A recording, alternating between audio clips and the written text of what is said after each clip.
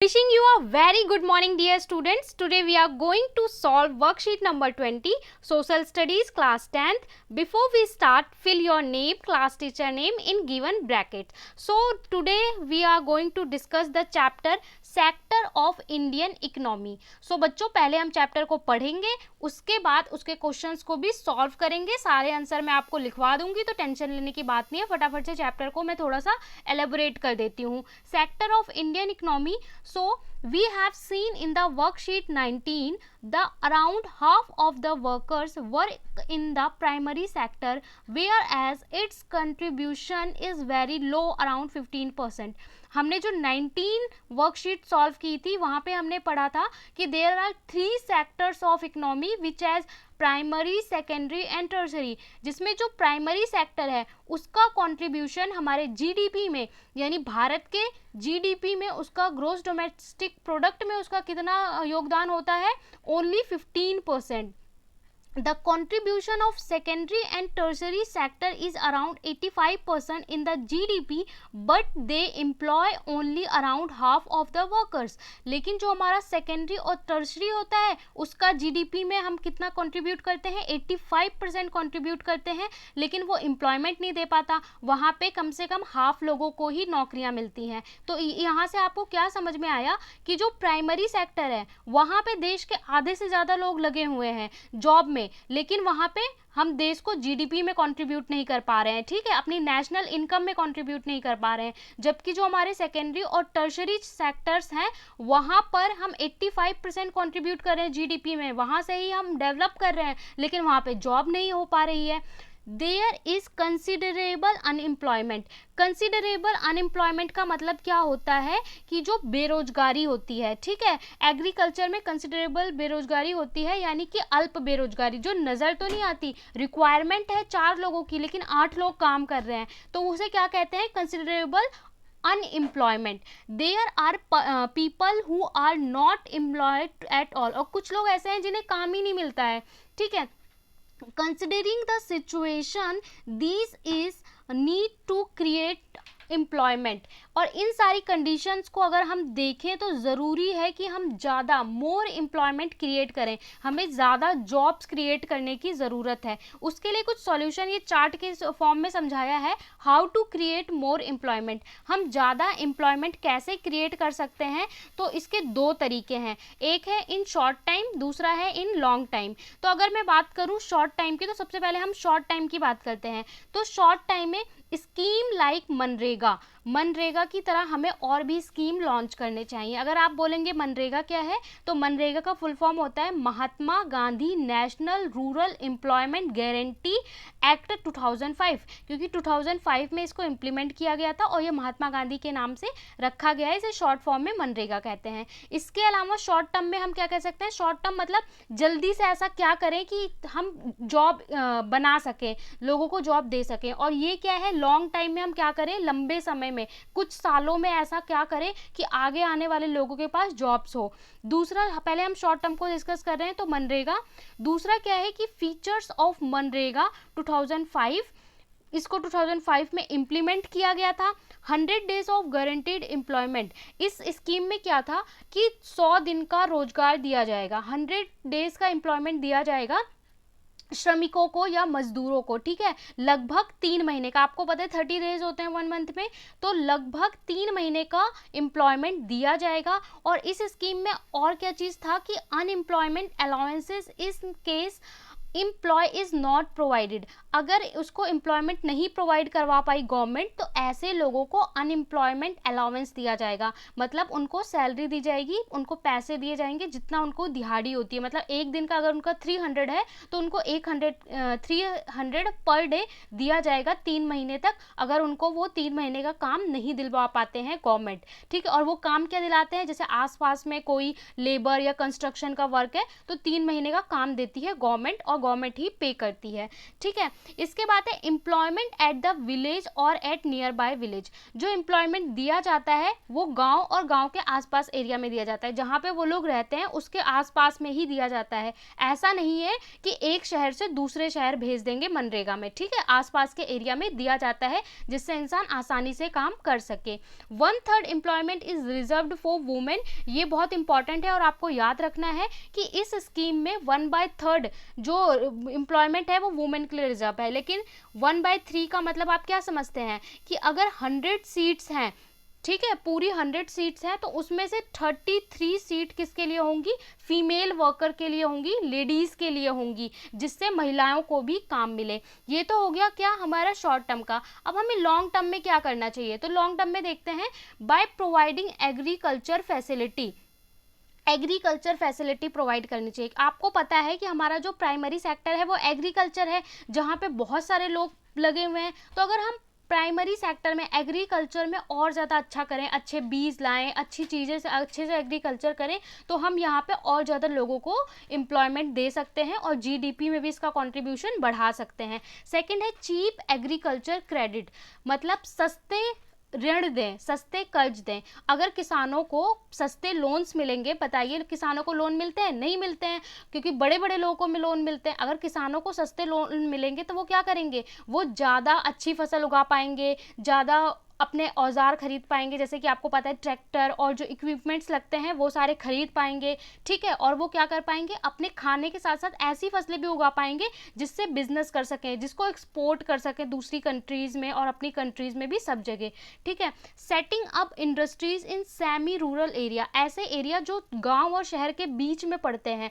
वहाँ पे इंडस्ट्रीज़ लगाना। तो इससे क्या होगा, अगर हम वहीं पे इंडस्ट्रीज़ लगा देंगे तो जो लोग गाँव से शहर की ओर आते हैं वो वहीं पे काम करेंगे, उन्हें वहीं पे काम मिल जाएगा। और अगर इंडस्ट्रीज लगेंगी तो क्या होगा? ट्रांसपोर्ट बढ़ेगा, यानी परिवहन बढ़ेगा, कम्युनिकेशन अच्छा होगा, यानी ट्रांसपोर्ट, संचार, सब कुछ बढ़ेगा, ठीक है। और वहाँ पे बाजार्स होंगी, मार्केट्स डेवलप होंगी। तो इस तरीके से भी क्या होगा कि लॉन्ग टाइम में लोगों को काम मिलेगा। इसके साथ है by opening more school and college, ज़्यादा से ज़्यादा स्कूल और कॉलेज खोलना। उससे क्या होगा? एजुकेशन लेवल बढ़ेगा। जब एजुकेशन बढ़ेगा, आपको पता है एजुकेशन बढ़ेगा तो अल्टीमेट क्या है? लोग शिक्षित होंगे और वो खुद क्या करेंगे? एम्प्लॉयमेंट भी बढ़ाएंगे, क्योंकि वो खुद काम करना सीख जाएंगे, ठीक है। By opening more hospitals, more hospital बनाने से क्या होगा? ज़्यादा से ज़्यादा लोग इलाज करवा पाएंगे, उससे हमारे देश के लोग स्वस्थ रहेंगे। जब स्वस्थ रहेंगे, शिक्षित रहेंगे, यानी एजुकेटेड रहेंगे, हेल्दी रहेंगे, तभी तो वो काम कर पाएंगे अच्छा सा। अगर आप बताइए, आप घर पे बीमार पड़े हुए हैं, सब लोग बीमार हैं, तो क्या वो अच्छे से काम कर पाएंगे? नहीं कर पाएंगे। तो इसीलिए अगर हमारी हेल्थ फैसिलिटी अच्छी होगी और एजुकेशन अच्छी होगी तो हम एम्प्लॉयमेंट अच्छा जनरेट कर पाएंगे। जैसे आपने देखा कोविड-19 पैंडेमिक टाइम में क्या हुआ, तो जो हेल्थ फैसिलिटी जिसकी अच्छी होती है वही अच्छे से इंप्रूव कर पाता है। तो एक तो हम अपने देश को स्वस्थ रख पाएंगे, दूसरा अगर हम हेल्थ फैसिलिटी अच्छी करते हैं तो बाहर के देश के लोग भी हमारे यहाँ ट्रीटमेंट कराने आएंगे, ठीक है। तो इससे हमें डॉलर्स मिलेंगे और हमारी इकोनॉमी और ज़्यादा अच्छी होगी, ठीक है, और इससे हमें और ज़्यादा काम मिलेगा। तो ये हो गया लॉन्ग टर्म, शॉर्ट टर्म, आप लोगों को समझ में आ गया होगा आई होप। अब हम क्वेश्चन फटाफट से सॉल्व कर लेते हैं। सबसे पहला क्वेश्चन है, explain the feature of Mahatma Gandhi national rural employment guarantee act 2005।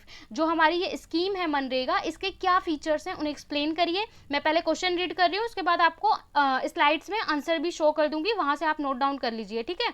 How can we create more job in long term, हम लंबे समय में ज़्यादा जॉब कैसे क्रिएट कर सकते हैं, एक्सप्लेन करिए। थर्ड क्वेश्चन है, why do we need to create more employment, हमें ज़्यादा जॉब आखिर क्रिएट करने की ज़रूरत क्या है, ये बताइए। और चौथा है, suggest some other ways for employment creation, कुछ ऐसे तरीके बताइए जहां से हम एम्प्लॉयमेंट क्रिएट कर सकें। आपके दिमाग में कोई भी आइडिया हो तो आप वो बता सकते हैं। चलिए अब आंसर की तरफ देख लेते हैं कि क्या इनके आंसर होंगे। क्वेश्चन था कि फीचर्स क्या है मनरेगा के, व्हाट आर द फीचर्स। सो इसका आंसर क्या है, मैं यहाँ पे आंसर आपको बता दे रही हूँ, यहाँ से आप स्क्रीनशॉट ले सकते हैं, समझ भी सकते हैं, और मैं आंसर्स को टेलीग्राम पे भी डाल दूंगी तो वहां से जाकर भी देख सकते हैं, ठीक है। सबसे पहले था व्हाट आर द फीचर्स, तो Mahatma Gandhi national rural employment guarantee act was implemented in 2005 and the feature of MNREGA are as follows. MNREGA के ये फीचर्स होंगे, इस तरीके से आप लिखेंगे। Number 1, 100 days of guaranteed employment, 100 दिन का गारंटीड एम्प्लॉयमेंट दिया जाता है। Unemployment allowances in case employment is not provided, अगर नहीं प्रोवाइड कराया जाता तो अनएम्प्लॉयमेंट अलाउंसेस दिया जाता है। Third point, employment provided at the village और एट नियर बाय विलेज, ठीक है, गांव के आसपास प्रोवाइड करवाया जाता है। और फोर्थ पॉइंट है, in this scheme 1/3 employment is reserved for women. ठीक है, तो ये हो गया आपका पहला आंसर। इसका स्क्रीनशॉट ले लें अगर आपको लिखना है, वरना मैं टेलीग्राम पे डाल दूंगी, वहां से कॉपी कर लीजिएगा। उसके बाद है आंसर नंबर 2।